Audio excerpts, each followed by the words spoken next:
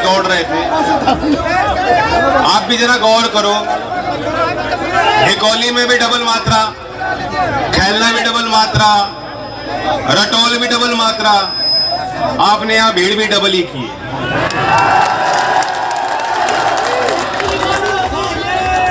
ये गांव का अपना इतिहास है, नेतृत्व करने वाला गांव है।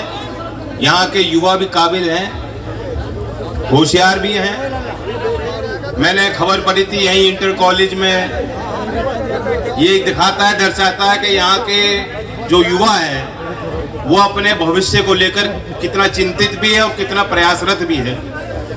3 लाख रुपए यहाँ गांव के नौजवानों ने इकट्ठा किए। यहाँ कोई व्यवस्था नहीं थी मैदान की, समतल करके ताकि बच्चे दौड़ करें।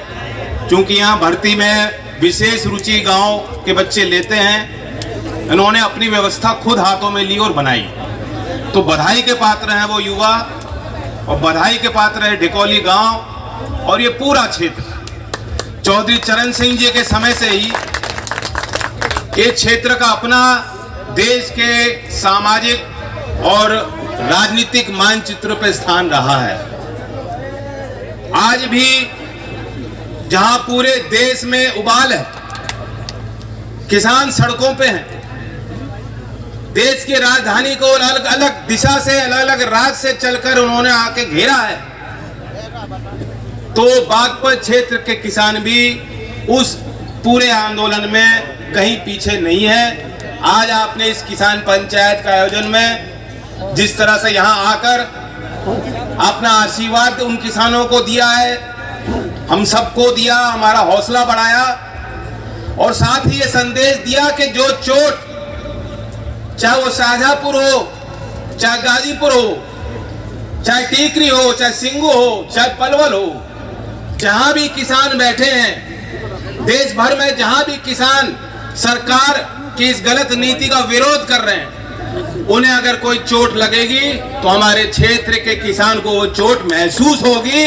वे दर्द महसूस करता है किसान, और जवाब भी देना चाहता है।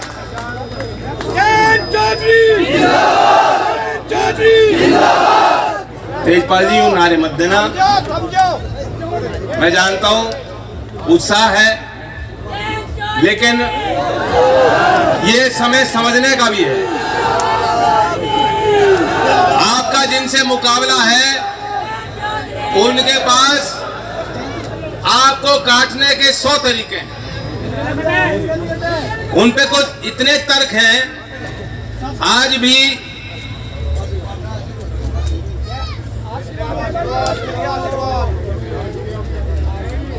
आशीर्वाद दिया,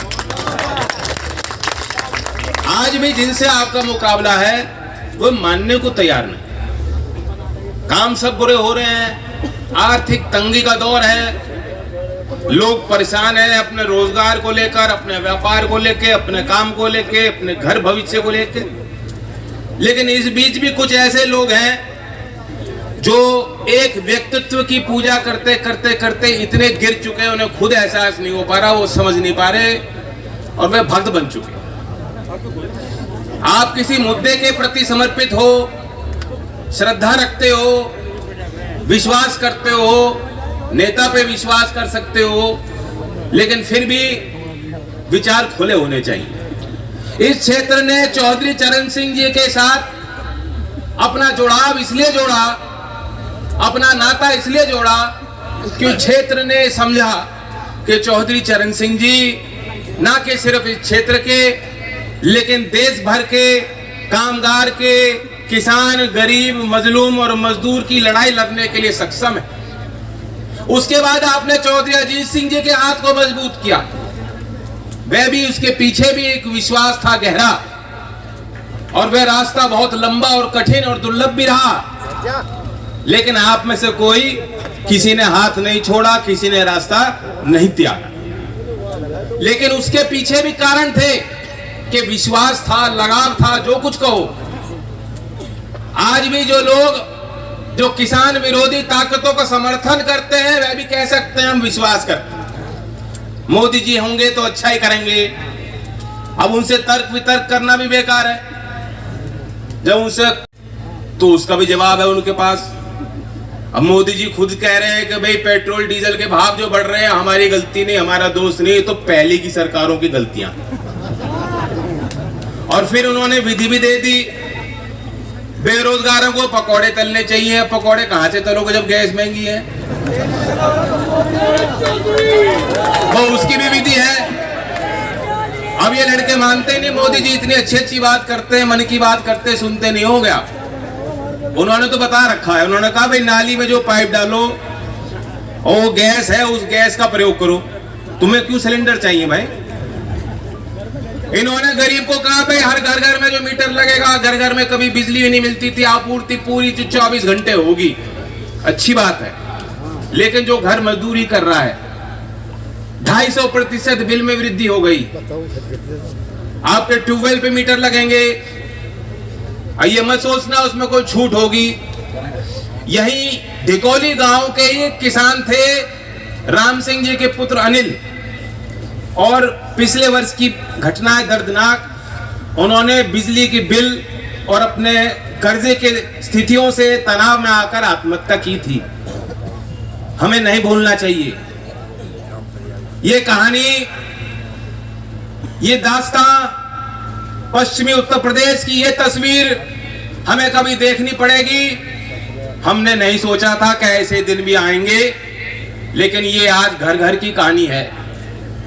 लगभग 1350 करोड़ बागपत जिले के किसानों का कर्जा है जो बैंकों पे उनको चुकाना है।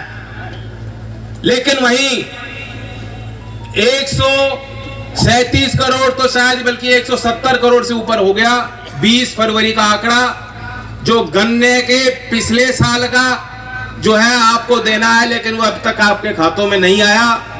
और कुल मिला के 850 करोड़ का गन्ने की फसल का बकाया जो किसान का हक है वह आपको नहीं दिया जा रहा। अब दोनों बात जोड़ो, एक तरफ तो जो आपका हक है, जो पैसा आपको मिलना चाहिए नहीं मिल रहा, दूसरी तरफ बिजली के बिल है, दूसरी तरफ खर्चे हैं, महंगाई है। सुप्रीम कोर्ट तक ने कह दिया भाई स्कूल फीस भी पूरी देनी पड़ेगी, तो आदमी कहां जाए? लेकिन ये अभी भी नहीं मानते, ये लोग अभी भी नहीं मानते। जो भक्त मंडली है और होता है, मैंने भी बहुत करीब से देखा है, चौधरी अजीत सिंह जी को करीब से देखा है, दूसरे दल में काम करते बड़े बड़े नेताओं को मैंने करीब से देखा है। और मैंने एक बात महसूस की, राजनीति पे भी ये बात एक असूल की तरह है, और जीवन के हर क्षेत्र में जो सफल लोग होते हैं, जो नेतृत्व करते हैं, उनके अंदर खूबी होती है।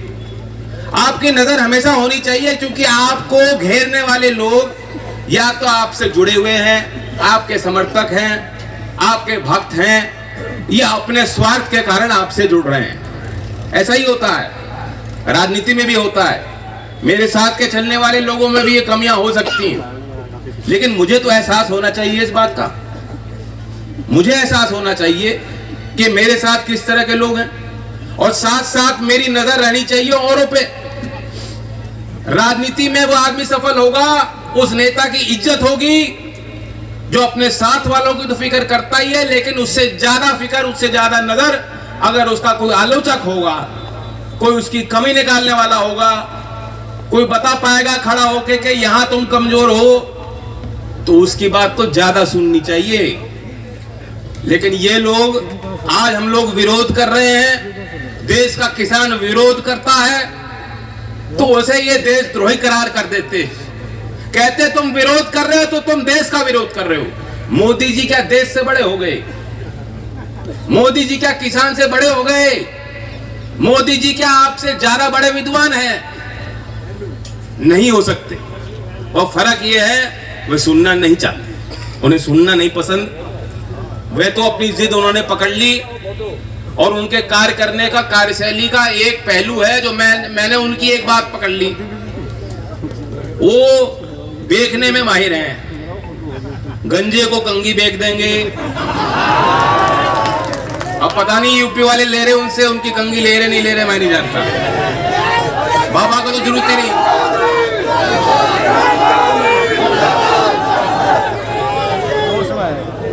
उन्हें इसका मतलब नहीं कि जो हम नीति बना रहे हैं वो लागू होगी कि नहीं होगी। उन्होंने समय समय पे नारे दिए, नाम दिए हैं, नाम के पीछे कुछ योजना नहीं है, कोई काम नहीं है।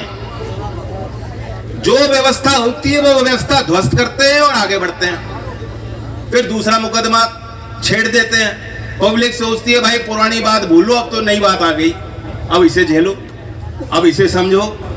नोटबंदी भी यही था, जिनके पास कोई पूंजी थी वे बचाव में जुट रहे थे, जिनके पास नहीं थी वे सोच रहे थे कुछ हमें मिलेगा। आप देखिए ये जो पिछला 1 साल बीता है किसी के लिए अच्छा नहीं है।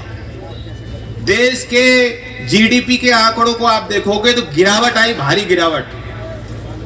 और सामाजिक और आर्थिक दृष्टि से बांग्लादेश भी हमसे बहुत बेहतर है। जिसका ये डर दिखाते हैं भाई बांग्लादेश बन जाओगे, वह भी हमसे आगे जा रहा है। लेकिन इस बीच में आपको मालूम है चंद लोगों की खूब मौज हुई। मैं उदाहरण देना चाहता हूं, इन्होंने लॉकडाउन कर दिया, किसी ने पूछा नहीं। ये बात ठीक है, खेत खलियान के काम आप लोगों ने जारी रखे, लेकिन जो बड़े बड़े शहरों में अपने छोटे छोटे व्यापार लेकर, रोजगार की उम्मीद लेकर, या जो शिक्षण संस्थानों में बच्चे सोच रहे थे कि हमें डिग्री मिलेगी तो नौकरी मिलेगी, उनका पिछला साल कितना कठिन गुजरा है आप जानते हो। लेकिन अंबानी जी की आप करोगे तुलना, इन्होंने पिछले वर्ष लॉकडाउन में हर घंटे में 90 करोड़ रुपए कमाए।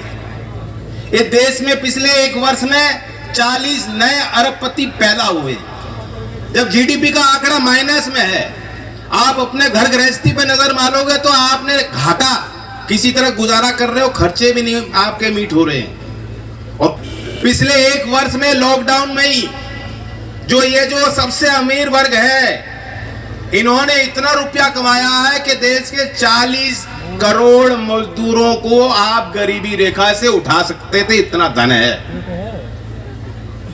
इनके हर काम के पीछे, यही पर्दे के पीछे देखोगे तो परिणाम यही निकलता है कि जो ताकतवर है, जो अमीर है, जो बड़े महल में रहने वाले लोग हैं, जिन्हें कोई फर्क नहीं पड़ता, 2 जून की रोटी के लिए संघर्ष वे नहीं करते, उनकी मौज चल रही, उन्हें फायदा मिलता है।